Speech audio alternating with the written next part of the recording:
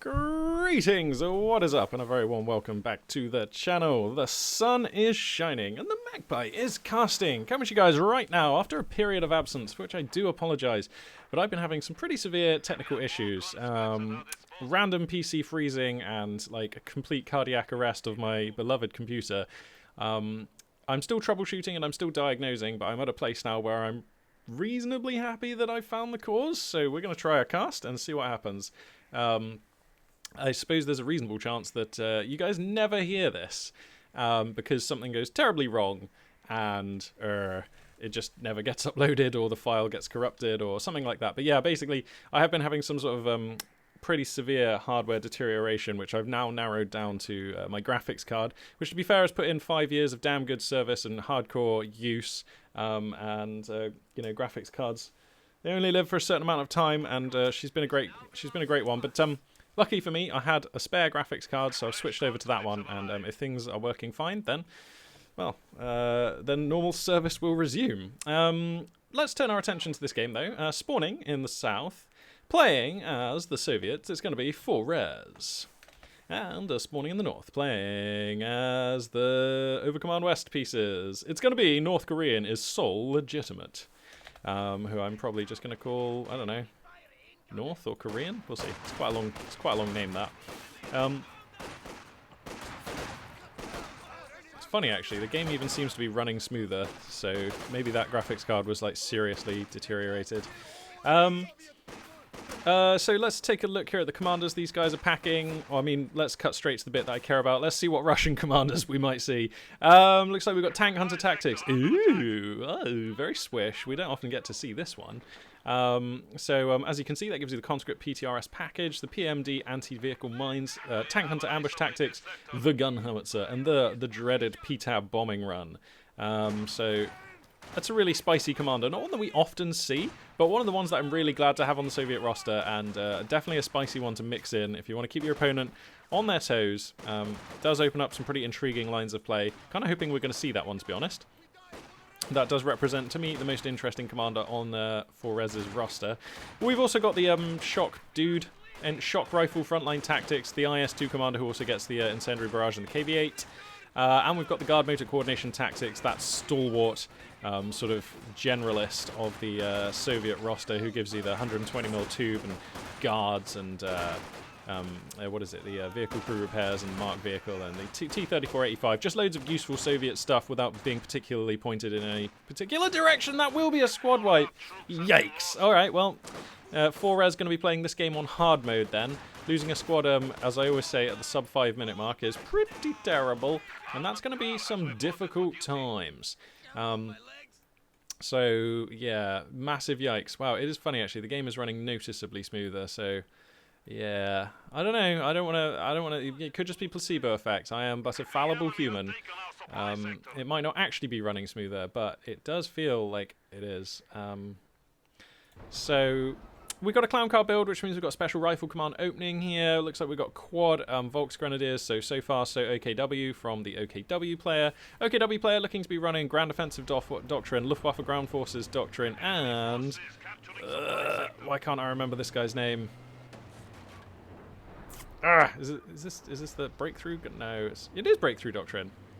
Nice. All right, got there in the end. So yep, 3 German geezers basically. Yeah, as woes attempts to dig himself out of this rather terrible predicament, it's fair to say that he's found himself in. I'm going to take a moment here to just talk about other stuff that's going on with Magpie. It's February the 5th today, Wednesday, February the 5th, and we've got some exciting stuff in the works. We've got some exciting new channel art, which Rita Brush is very kindly helping me with. So I'm looking forward to having some fresh looks on the Twitch channel and on the YouTube channel. That's all going to be pretty exciting. And then after we've got that sorted out, and once I've got my PC to a place where I'm happy it's not just like on death's door, which will be nice, then we're going to put the PC in the other room where we've got a massive 4K screen, a much comfier setup, we've got a proper mic mount, and we've got some sick lighting in there as well, and then we can start doing some live streams and just some more fun stuff. So I don't know, that's what I'm hoping to be doing with my like Magpie time on the internets and whatnot. What's getting in the way of that is that this is, in the UK at least, this is like, whoa, this is like tax year end. Hey, he gets a squad wipe there on those Volks Grenadiers. He's also killed off the Storm Pioneers somewhere, so that's pretty cool. We've got some marksmen moving out onto the field, so paying attention to this game as best I can. But as I was saying, this is tax year end in the UK, that's relevant to me because I actually do sort of run a business. That's how I pay the bills, and that's why I'm often busy with work. But this time of year especially is really, really, really busy for a number of reasons that I won't go into. Suffice to say, as this scout card does go down, this has just been a ridiculously busy time of year for me, and it's been even worse than your average tax year end.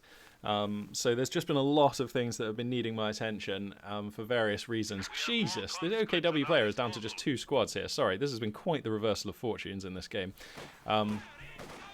Yeah, so that's why, I mean, that combined with the fact that my PC has just been, like, literally dying, is why there haven't been very many videos over the last few days. I'm sorry about that, because I love casting. It's awesome. And if I had more time, I would be so excited to bring just more content, but we're gonna, I mean, this is an exciting year ahead of me for various reasons. It's going to be different to previous years for various reasons. I'm not trying to sound too cryptic, it's just I'm aware that people come here to watch video games and do video game stuff. You probably don't want to hear me talk about my life too much.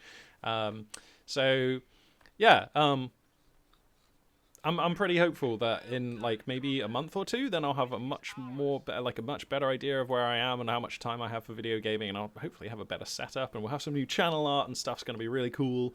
I'm going to be able to, I don't know, is there any interest? Do you guys even like Smash Brothers? It's so different from RTS games that I don't tend to want to go on about it too much, but like, man, I love Smash Brothers. I actually play quite a lot of Super Smash Ultimate, and you know, I dissect videos and I watch tournament play, and that's all a fascinating world. I just love that game. It's so great. So yeah, I'm going to try and bring some content like that. And also, me and my friends, we play a lot of games online, but we actually don't play much Company of Heroes 2 these days. We play a lot of other games. Like, we play Modern Warfare, Call of Duty Modern Warfare, and we play The Division, and we play some other stuff. And we have such a radically hilarious time. I think a lot of that would be quite fun to share with you guys on the Twitch channel. So I don't know if that's something everyone would be interested in. I think I'm just going to run away and just do it, and then just see if anyone's interested in it, and then if no one is, probably just keep doing it. I mean, that's how this channel got started. So yeah, that's right. I think that's enough about Magpie. There we go. That's the Magpie update. Ooh, okay. So let's turn our attention to this game. This has been back and forth AF. So this has been a game where the Soviet... Yeah! We got Tank Hunter Tactics. But this has been a game where the Soviet player got off to a pretty rocky start. Losing a squad turbo early is harsh, but then countered horrendously, massacring substantial portions of the Axis infantry roster. And we're now in a position where the Axis player is still basically trying to rebuild that infantry roster. Now, they do have a flak half-track to help buy them some time and cover them while they do that. Yikes, but this flak half-track has been encircled and cut off by conscripts who no doubt have AT grenades. There they do. The RPG and... Oh, that's the grenade assault, which is afforded to them by this ability here. By this commander, even. So, yeah, that's pretty scary. PTRSs as well.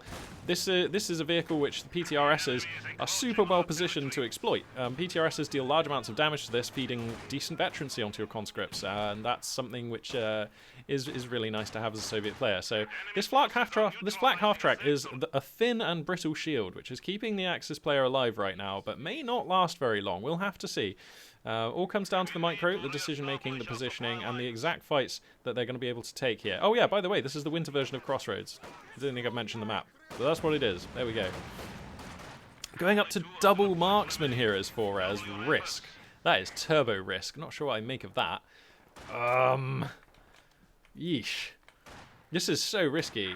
If it pays off hard, but it's really easy to just lose to a super fragile, very expensive units. I mean, going for a marksman is always a risky proposition because it is such an expensive unit that's so incredibly fragile. So this is like a double risk, obviously. Not sure what I make of that at all, to be honest. Let's just quickly check the tech here. We've got no additional buildings, still just Special Rifle Company here, or Command, as it is, for res. Switching over to the Axis player side of things, looks like we've got Battle Gripper HQ, of course, because we've got that flak half-track, and no other buildings yet either. So both players existing in a fairly low-tech way at the moment. Kettenwerf are going to get mixed in here for North Korean. I guess they want to be proof against the potential looming prospect of what is usually an inevitable T-70, but we of course know that there isn't even a Tank V battalion in command, so this Kettenwerfer set to be a bit of a liability over these next couple of minutes. Really not going to be contributing very much to the battlefield, and even really presents an opportunity for the Soviet player perhaps to grab some much needed hardware. This Soviet sniper getting duffed up but will escape intact. Another squad of Volksgrenadiers goes down, and North Korea's position in this game continues to deteriorate. This is going to start, I don't know if it's irretrievable yet, but it's pretty rough. To be honest, the fact that this is a double marksman composition really is giving North Koreans some hope in this game, like, because it doesn't actually take much for like 720 manpower's worth of value to just be wiped off of the Soviet roster here, and if these two marksmen die, well, then these armies actually look really even, so this game is probably closer than it looks at first glance, let's put it that way. Anyway, conscripts here are going to be trying to push up onto this flak half-track. They will get suppressed. We must be up for a Star of Veterancy soon. Wow, conscripts are just so valueless. They just don't really feed as much veterancy as you might think. So yeah, that flak half-track's still a way to go before its first Star of Veterancy, which I believe just makes it smoke cheaper, yeah. Oh my god, taking a risk with these Storm Pioneers. I mean, we're at a stage in the game now where I just think North Korea just needs to play defensively. Just don't take risks, don't push too hard, don't like expose yourself to suffering additional losses. It's just been such a difficult game. Having said that though, the field control looking really good for the Axis player. This fuel has been cut off for like some time now, this munitions likewise. This cut-off point, of course, the offending element. Oh, looks like we've got, oh, so it's Luftwaffe Ground Forces Doctrine. That'll be some Fallschirmjäger coming in. Where are they? Coming in around about here, according to the engine. Here they are. Okay, so what do I make of this pick? That actually seems great. Fallschirmjägers are kind of great against all these units. Caveat, except for perhaps the snipers, actually, because, like, relative to other Axis skulls, a Fallschirmjäger skull is one of the most valuable. Like, so if your opponent has units that just bust skulls, then you'd rather not feed them valuable skulls, and Fallschirmjägers do represent valuable skulls, so we'll have to see. But I mean, the Fallschirmjäger are equally capable of shredding all of these units in the top left, and if they catch one of these snipers out of position for even an instant, then yeah, those FG-42s. Is it an FG-42? Is that what they're called? These funky assault rifles. They'll just decimate that sniper. So. What the Jesus? How? I'm sorry, I didn't even look at the scoreline for ages. What? Okay, there's just been a mad triple cap established. For how long? Okay, forget everything I've said about this game. North Koreans totally winning. I just didn't realise that there'd been a triple cap established for this whole time. Normally, you don't have to start really thinking about somebody timing out on victory points for like at least another 10 minutes in games of Company of Heroes. This will represent an incredibly rapid win. My god, my casting skills are so poor. I've been talking about stuff this whole time, but completely not noticed the real story of this game, which is the bloody scoreline. Wow, there we go. Top analysis there from Magpie. Analysis out of the top drawer. Just misses everything that's relevant. Oh my goodness. Well, there we go. Okay, so wow, this is super desperate. Soviet forces, okay, they are finally capping like a VP. That's going to help, and they've got boots on mid. Alright, so the bleed is going to be stopped here momentarily, but how on earth are you going to win a game when you're down to 30 VPs at the 14-minute mark against OKW? Ugh. Alright. Well, I mean, 4-Res is on thin ice right now, to say the least. Schwerpanzer HQ has come down in this position, which is totes reasonable. It's got the Panzer Authority on the way, but not actually there yet. So these PTRSs just kind of shooting in here to try and get some damage on that building. It's actually not very consequential, kind of just wasting conscripts there, but, you know. This Black Half-Track's still very much alive and kicking, though. Nearly got its first Star of Veterancy. That's been doing okay. Yikes. I had no idea, sorry. This game's just totally flipped around. What a bizarre game. This has been so brutal from both players.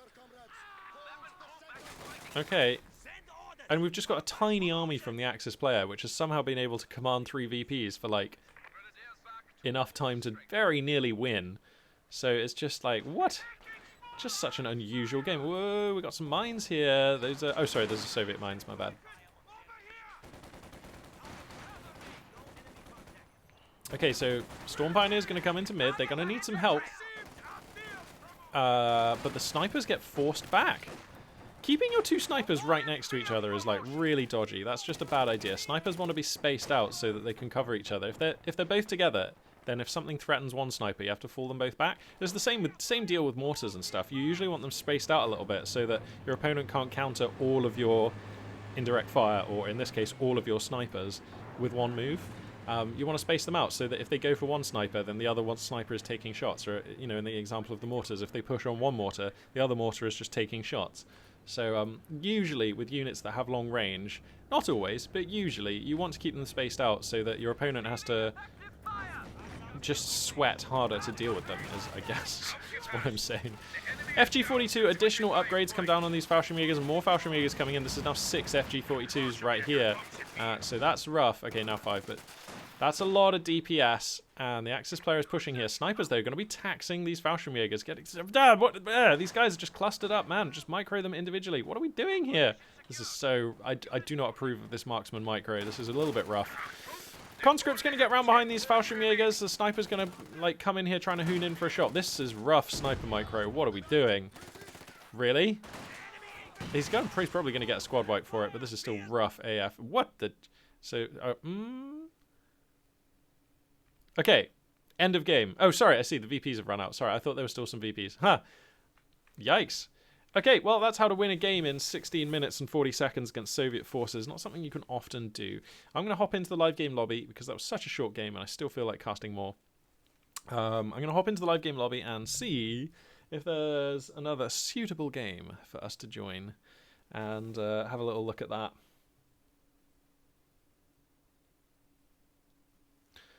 Come on, Company of Heroes. Let's rock. Okay, let's see what we got here. Alright, so we got The Angry Dutchman and Educated. It's the top-rated game there. I recognize Lauren, I remember Pineapple as well, but we're going to just jump into the top-rated game here because it's also got Soviets in it. Woohoo! And I'm going to run and grab myself a drink of water while this loads, so I'll be back momentarily.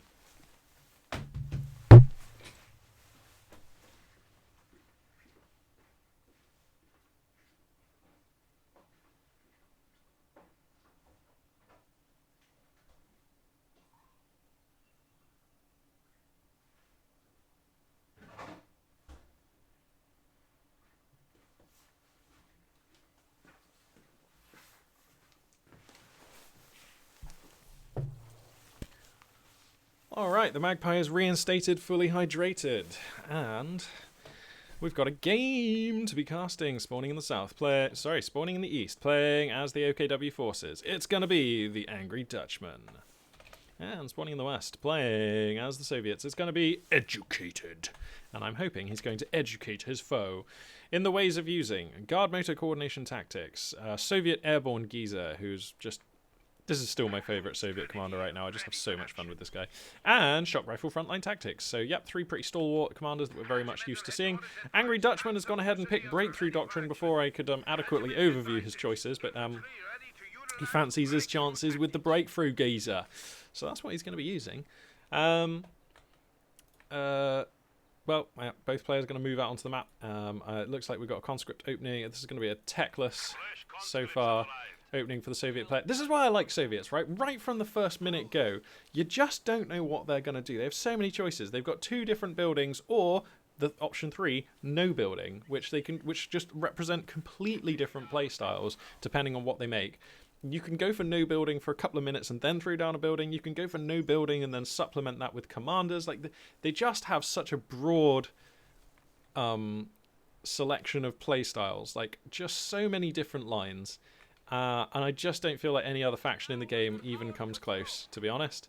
I mean, you can do cool things with the other factions, that's true. It's just that Soviets are just the most interesting for me right now to be watching. I don't know what it is, but I'm just into them somehow.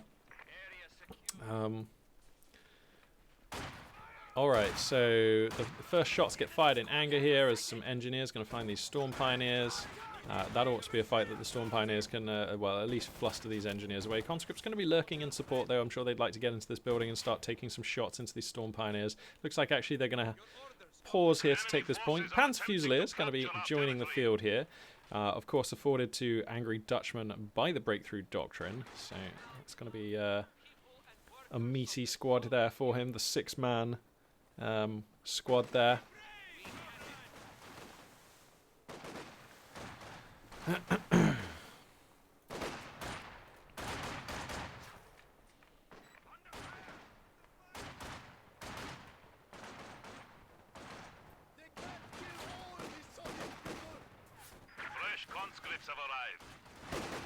Alright, looks like we got our first decent big fight being taken here, with most of the units from both sides being engaged. Squad of Volks Grenadiers forced back early, but this is a pretty determined Axis gun line here, and one which I imagine will be defeating these Soviet units in relatively short order. Conscripts getting picked down, and now it's 3 units against 1. You don't need to be an RTS genius to figure out who's going to win this one. Going to be sticking around to trade for damage of these conscripts, going to get some damage onto these Storm Pioneers.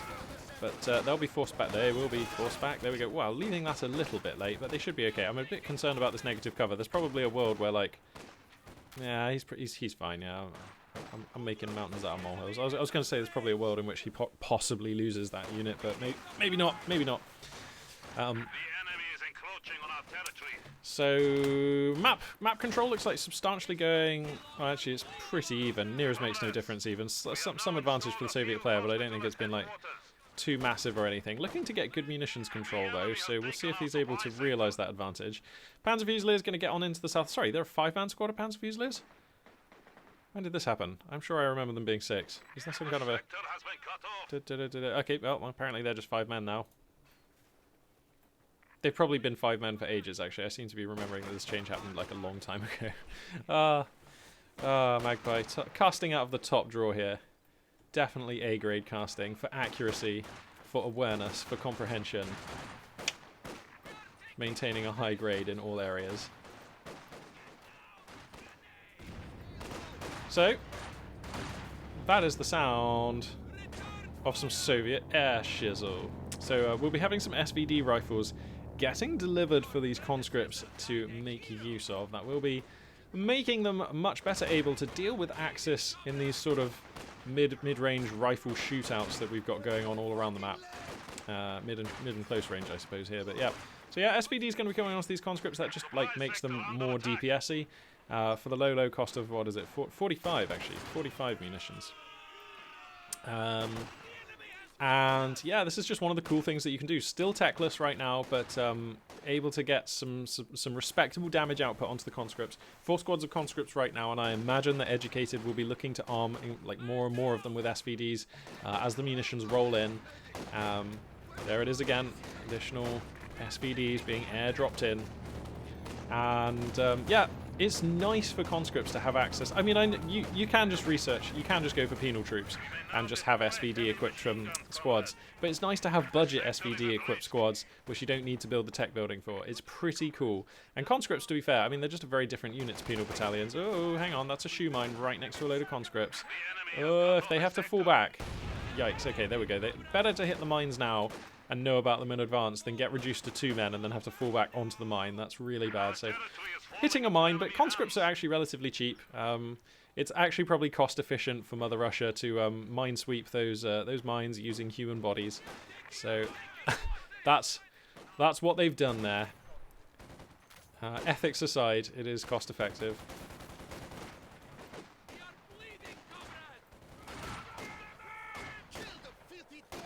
Enemy forces capturing supply sector.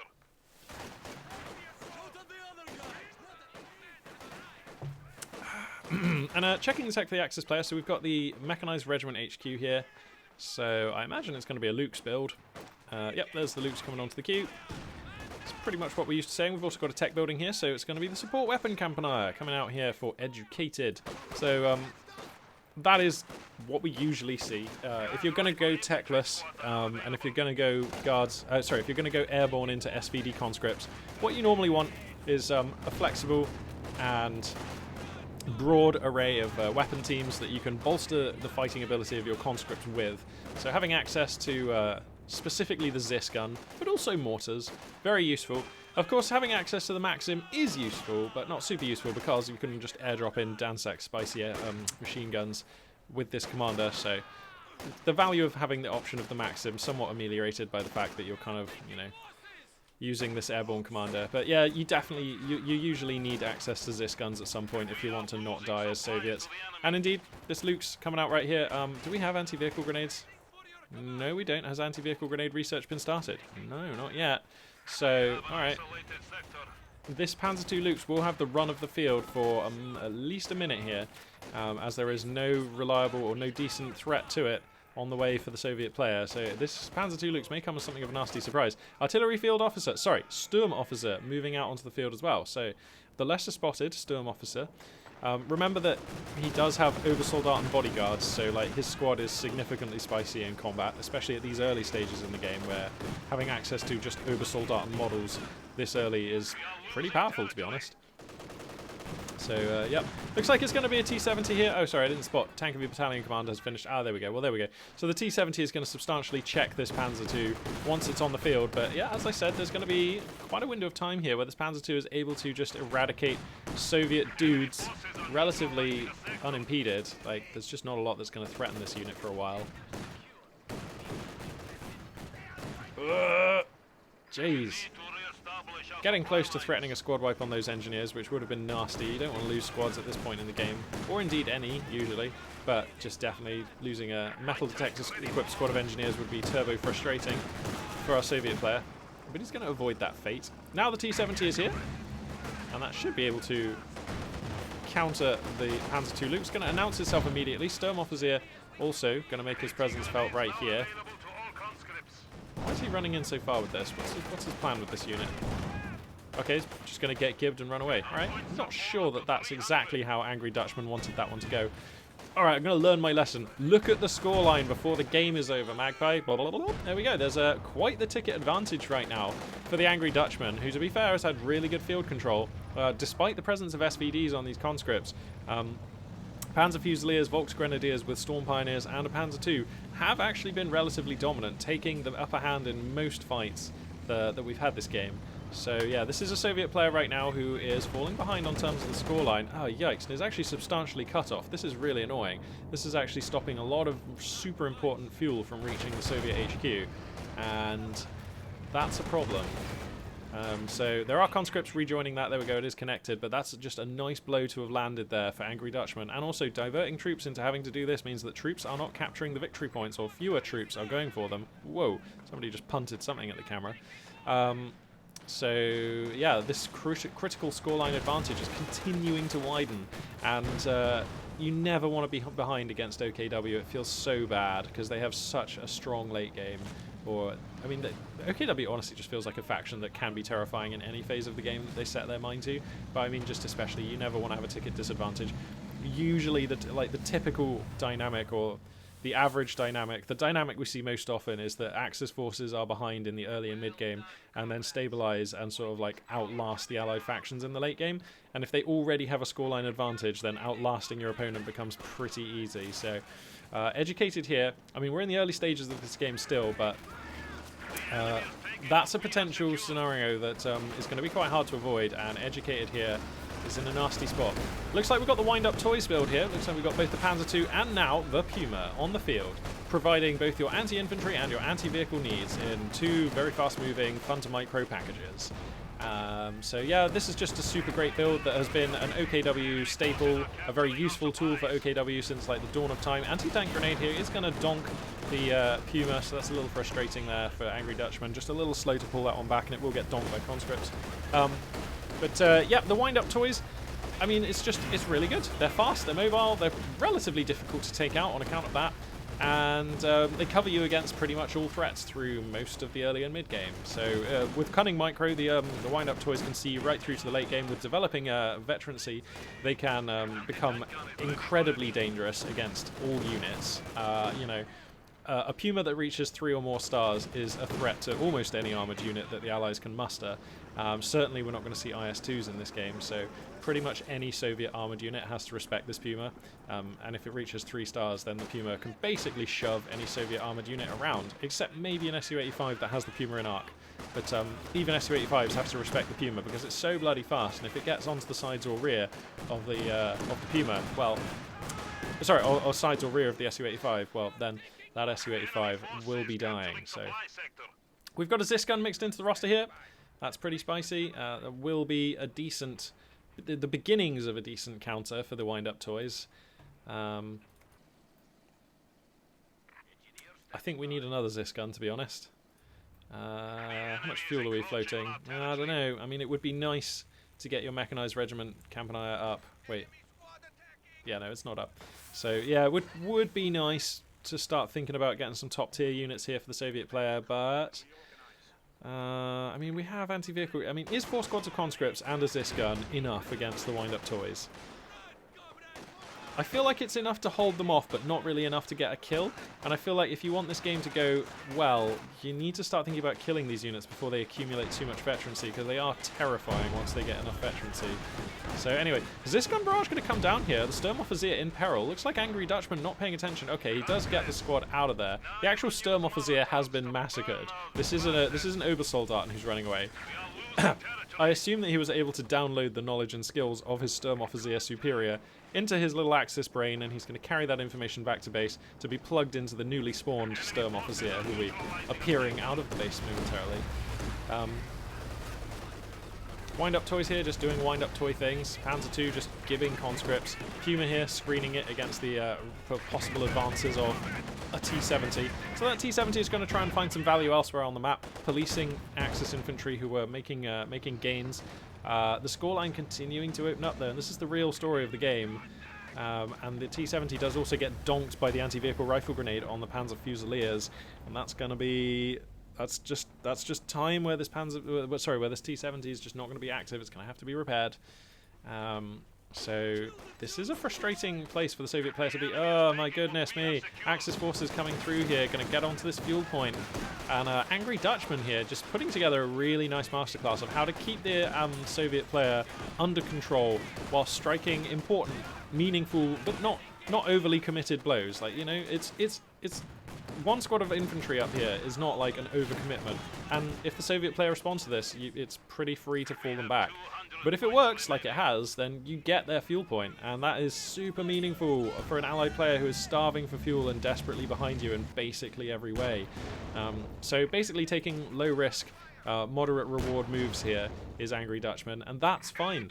I believe the phrase that... Whoa, we got a stuck as a fuss on the queue. I believe the phrase that is often used for circumstances like this is just walk it in, you know? If you're ahead, don't go mad, don't go crazy, don't flip out, don't do anything extreme. Just lean on your advantage. You know, when you're ahead, get more ahead. Don't try and win the game in one decisive move. When you're ahead, just get more ahead, because when you're ahead, it's easier to get more ahead. And then when you're more ahead, it'll be even easier to get more ahead. So, yeah. Zis gun gets taken out. Oh, no, and that will be pinched. Oh, and he doesn't get the squad wipe on these Volks Grenadiers. That would have been lucky here.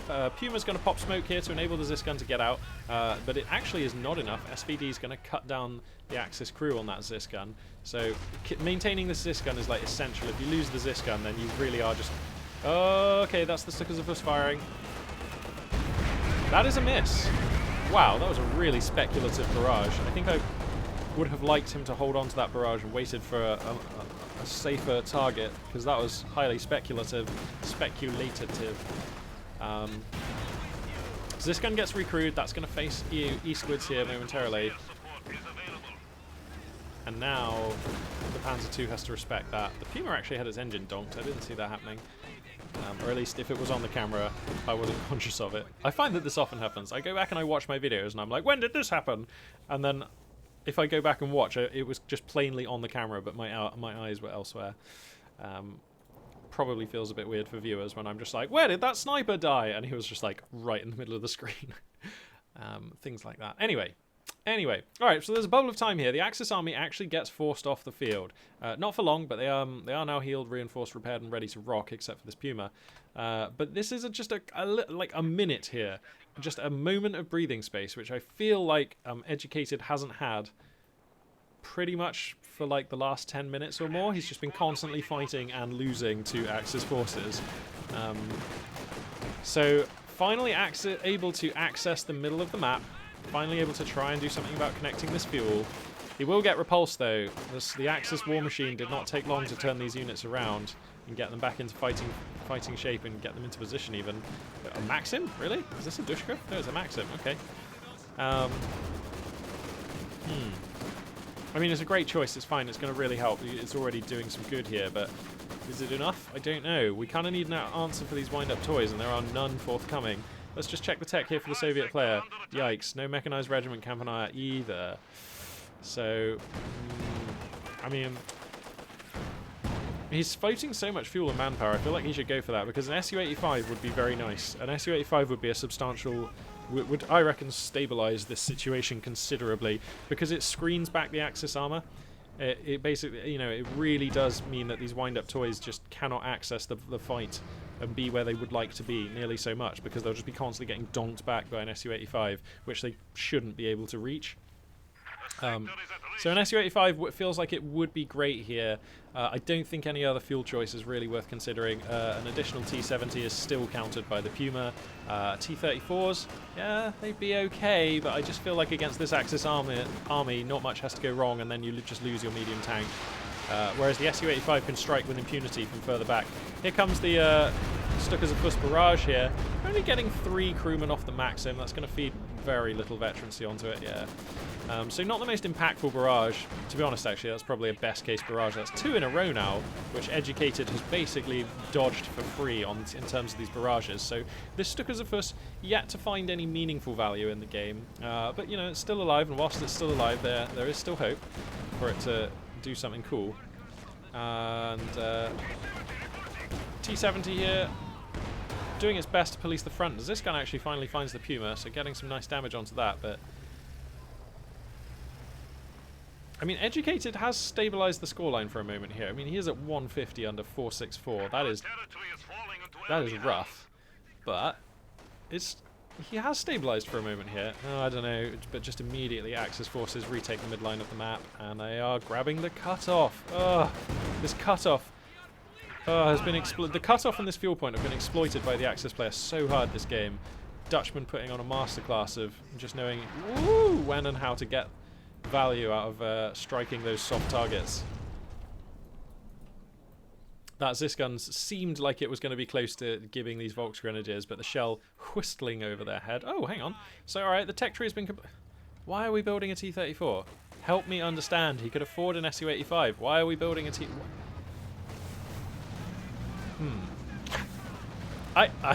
I am compelled to check myself before I launch into yet another tirade of why is this Soviet player building a T-34 and not an Su-85? Because I feel like this is a rant I am often having. Volksgrenadiers there, I believe, getting gibbed. Or was that Panzer Fusiliers? Sorry, they were Panzer Fusiliers.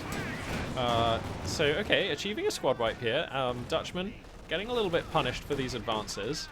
And so the plan is here to just to chain out T-34s. I mean, even this plan is stronger if you're chaining out T-34s after an Su-85. Su-85s just have a transformational impact. A Soviet army with an Su-85 is so much harder for Axis armies to engage into. It's just really difficult. It just changes the dynamic of the game. Oish! Yeah, so some conscripts there getting gibbed. I believe it was conscripts. Yep. And as this gun. So finally, actually, that was a pretty nifty barrage from the Stukas of Fuss. Up to 15 kills, large amounts of veterancy. But the real story there, the squad wipes, that's significant. Need to get this Zis gun back, really, if you're Educated. Okay, we can't just be taking a Faust here, please. Okay, there we go. I just don't like building T-34s now. Your opponent already has a Puma, and they can adapt. They can get another Puma, no worries. They can get Kettenwerfers, no worries. You know what those units have a much harder time countering? Su-85s. You know why? Because they sit way back, taking super high powerful shots into the most meaningful units that the Axis player has, the wind-up toys and the Stukas of Fuss.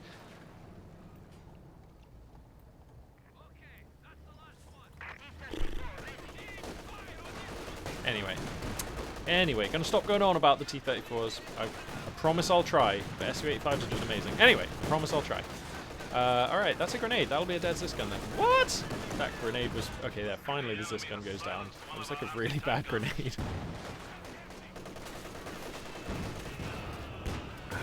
And Dutchman here, trying really hard to prevent Allied units from getting onto this point, but I feel like he should really be trying really hard to get either of the other points rather than butting into these medium tanks. That is actually playing into the Soviet plan a bit here. You don't have to try and break these tanks in a straight-up fight. Gonna gib as well the crew on the MG34, so that would be a nice pickup actually. I wonder if some lucky conscripts can get in there and nab that. Maybe these 5-man squad. Actually, they're gonna have to reman the Zisgun, so critically short-handed right now, the Soviet forces. Not enough hands on deck here for the to grab this MG. Okay, that's the Werferman. Oh, there's a couple of really squishy squads here. Oh, why not fall back? Why move? Oh, God. Right, you have to fall this guy back. Where is he running off to? Okay, there we go. Moving out with a 2-man squad against a player who you know has a 3-star Panzer II is risk. But he's doing it. I suppose he's so far behind that you have to prioritize these victory points. I get the reasoning. Let's just check the tech here for the Axis player. So we've still got mechanized reg. Only? Wow, this whole game he's been playing on mechanized reg tech, of course. Very interesting.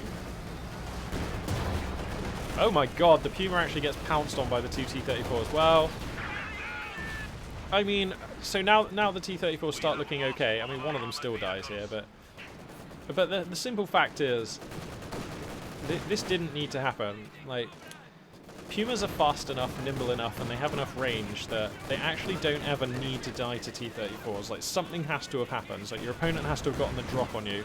I'm going to use an AT grenade here to deny this T-34 from falling into Axis hands, and that is wise. But I mean, yeah, like, as I was saying, with perfect information and correct micro, the Puma doesn't need to die to T-34s ever. So something has to have gone wrong with either your scouting, so that you don't have the correct information, or your attention and your micro, so you don't utilize the Puma's mobility and range to save it from the T-34s. And I realise that nobody plays a perfect game with Company of Heroes. RTSs are naturally very difficult, and Company of Heroes 2 is a very difficult RTS. And so, yeah, mistakes happen. People don't take perfect fights every time. But, I don't know. I feel like you just have to be aware as the Axis player of just how important that Puma is to your roster. Like, that was the linchpin of his lineup.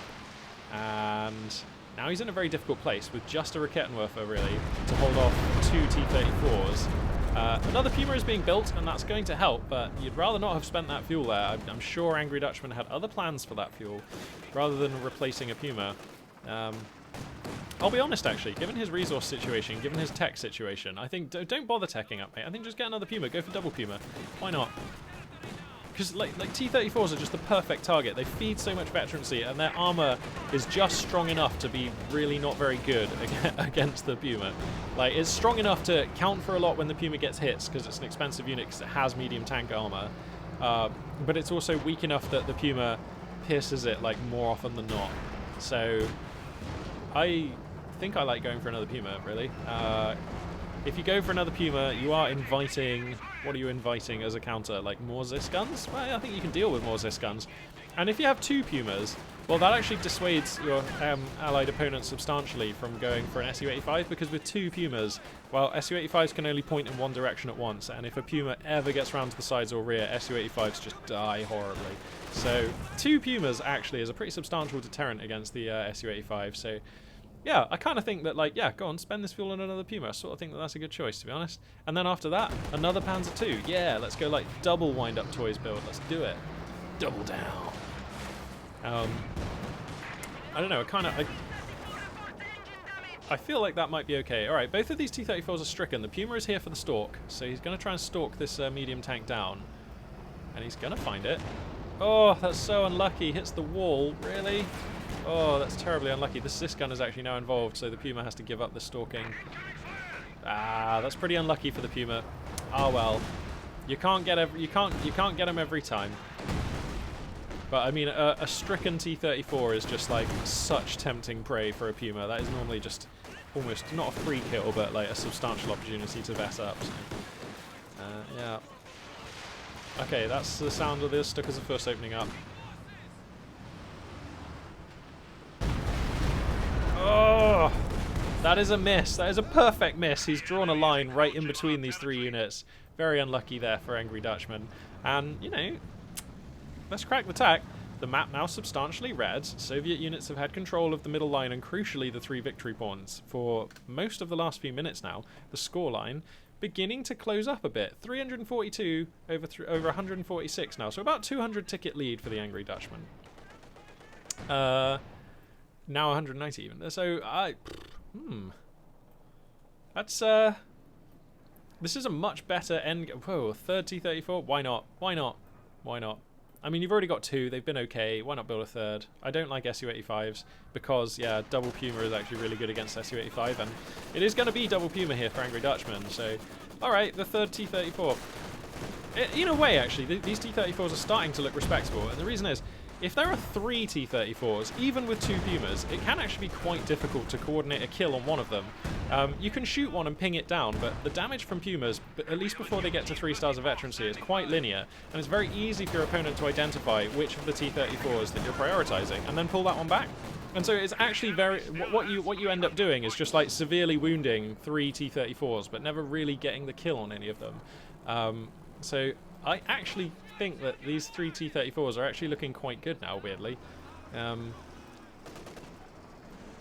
As long as this Soviet player is like conscious of which T-34 is taking the most damage and pulls that one back, this could be a really nice spot. Yeah, and he's getting that second squad of engineers. I was just going to say, if your plan is to rotate damaged T-34s and steamroll your opponent, or at least like substantially hold the midline of the map using the T-34s, you're going to need that repair speed in order to maintain this plan. And he's educated here, very well has identified this, and is going for that second squad of engineers at more or less the perfect timing. I mean, he could have had them earlier and it still would have been fine, it would have been useful, would have boosted the efficiency of his armor, but now is the sort of make or break time where I think if you don't have 2 squads of engineers, then you just have too many vehicles to repair and it all sort of falls apart. So does get that crucial squad of engineers. That's awesome.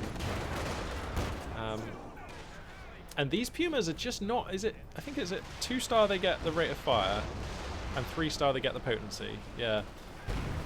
So these Pumas, until they have those second and third stars of veterancy, are actually just good against T-34s rather than brutal.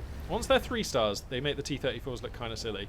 But we're not there yet, and it's going to be a little while before we are. And actually, time is sort of a luxury that the Angry Dutchman is running out of.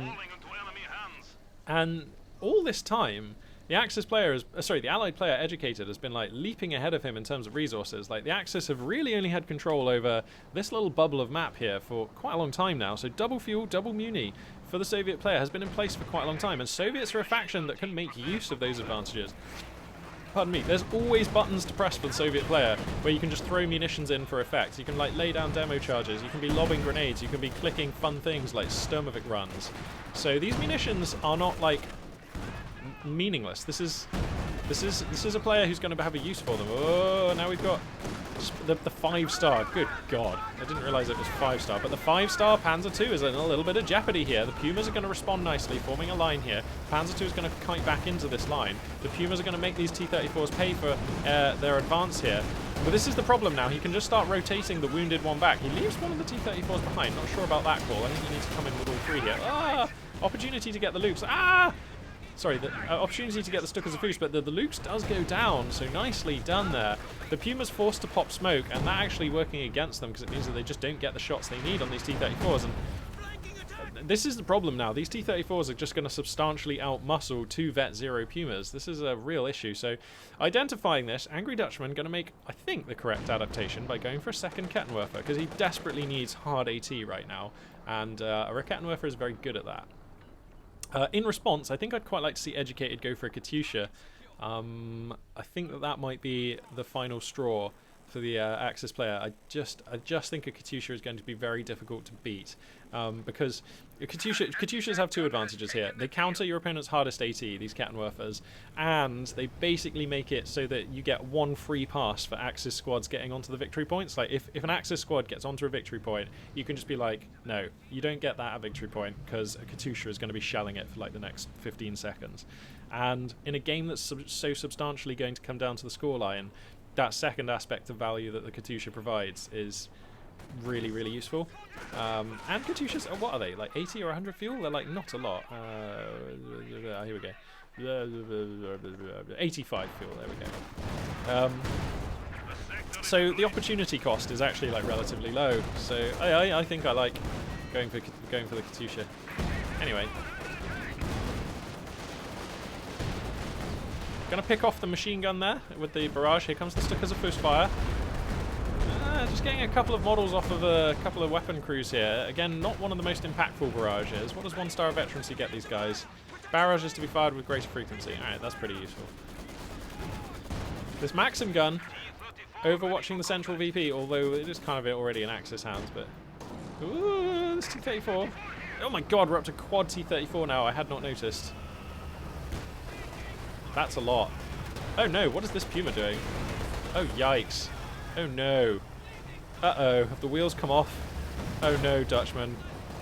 Oh no. I mean, this T-34 has already paid for itself. Oh no. Okay, now it's paid for itself twice. Okay, I mean, it's going to die, but that's fine. I think that was probably the game-winning move. And Dutchman knows it. Yikes. I mean, yeah. Yeah. I mean, I was skeptical of those T-34s when he went for the first two, but after that, and once he picked off the vetted Puma, then I think those T-34s were a very useful and solid foundation for this Soviet killing machine, and demonstrated there. And the Axis player's position was predicated on very careful positioning of very fragile units. The Stukas of Fust, very fragile. The Pumas, very fragile. The Panzer II, very fragile. And it like one T-34 in the wrong place at the wrong time, as we saw there, is the kind of thing that will just break an army like that. And that's what happened. The T-34 was in, the Pumas were in disarray, facing the wrong way, backed up against the, movement blockers, and that was that. And, you know, the Stukas of Fust was also just nearby, and that is a shooting gallery, a target-rich environment for a T-34, and so much value was gained in the space of about, 12 seconds or something there, that turned the game from still very much alive to completely over for the Angry Dutchman. And, yeah, when you're playing with a very fragile but capable composition against 4 T-34s, the game can end very quickly, and we just saw Educated there. Nice killer instinct. I didn't quite see the route that this T-34 found itself into that position by.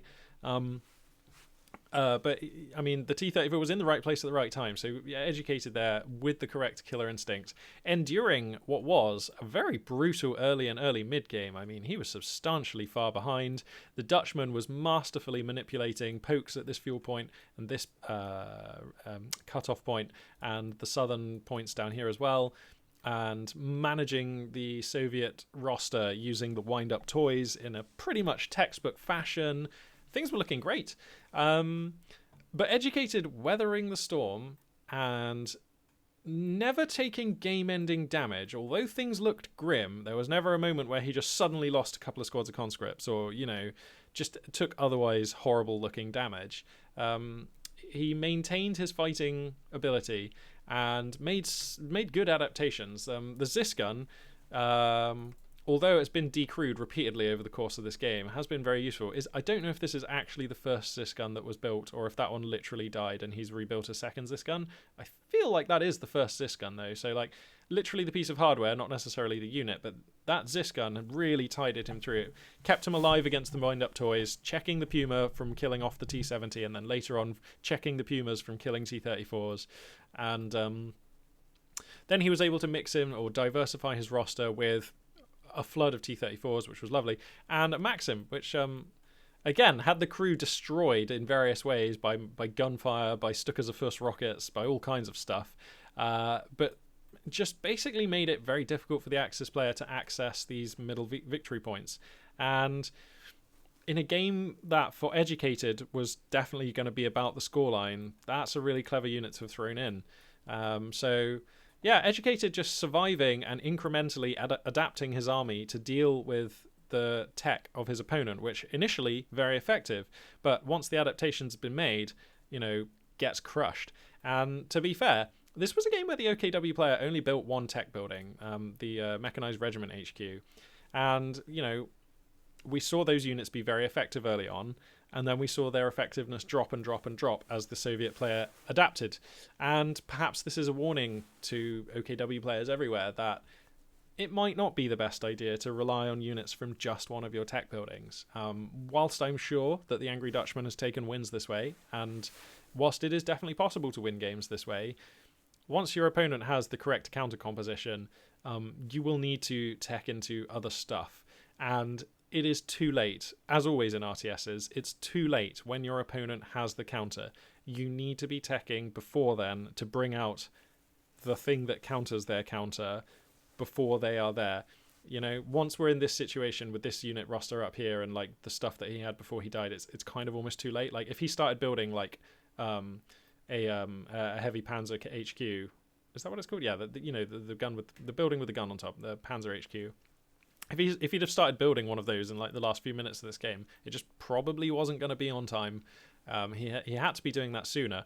But the funny thing is, Angry Dutchman dies in this game with 280-ish fuel to his name unused, and of course you don't get to keep carrying that. You don't get to take that fuel into the next game. You have to spend it in the game.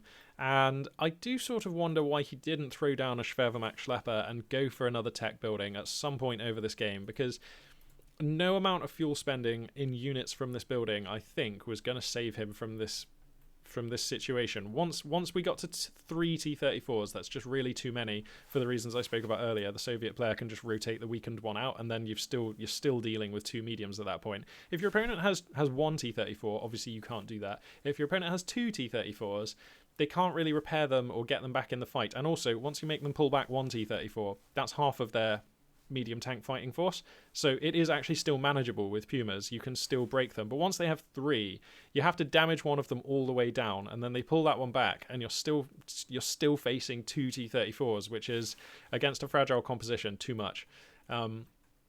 So I guess what I'm saying is, yeah, I think I would have liked to have seen Angry Dutchman just tech a little bit at some point. It really has to have been Schwerpanzer HQ tech, and I think probably a Panther tank would have gone a long way, or a Yagdi, actually. Magpie recommending a tank destroyer. Fancy that. But seriously, a Panther or a Yagdi would have made this game look very different, I think. And if he'd have started teching towards that Yagdi, possibly, even 10 minutes ago, then the Yagdi would have been on the field by now for like 6 minutes or so. And I just think this game could have looked very different. He might still have lost. It might not have been any good, but those are just my thoughts. Cool. That brings this video to a conclusion. My computer hasn't crashed. Yeah. So I'm, fingers crossed that we are onto a winner here, and I am able to resume normal operations. I don't want to get too excited yet, because this has only been 2 or 3 hours that I've had the computer on without it arresting. But I am cautiously optimistic that I'll be able to bring you guys more casts in the very near future. Thank you very much for watching, and this for now. Magpie842 signing out.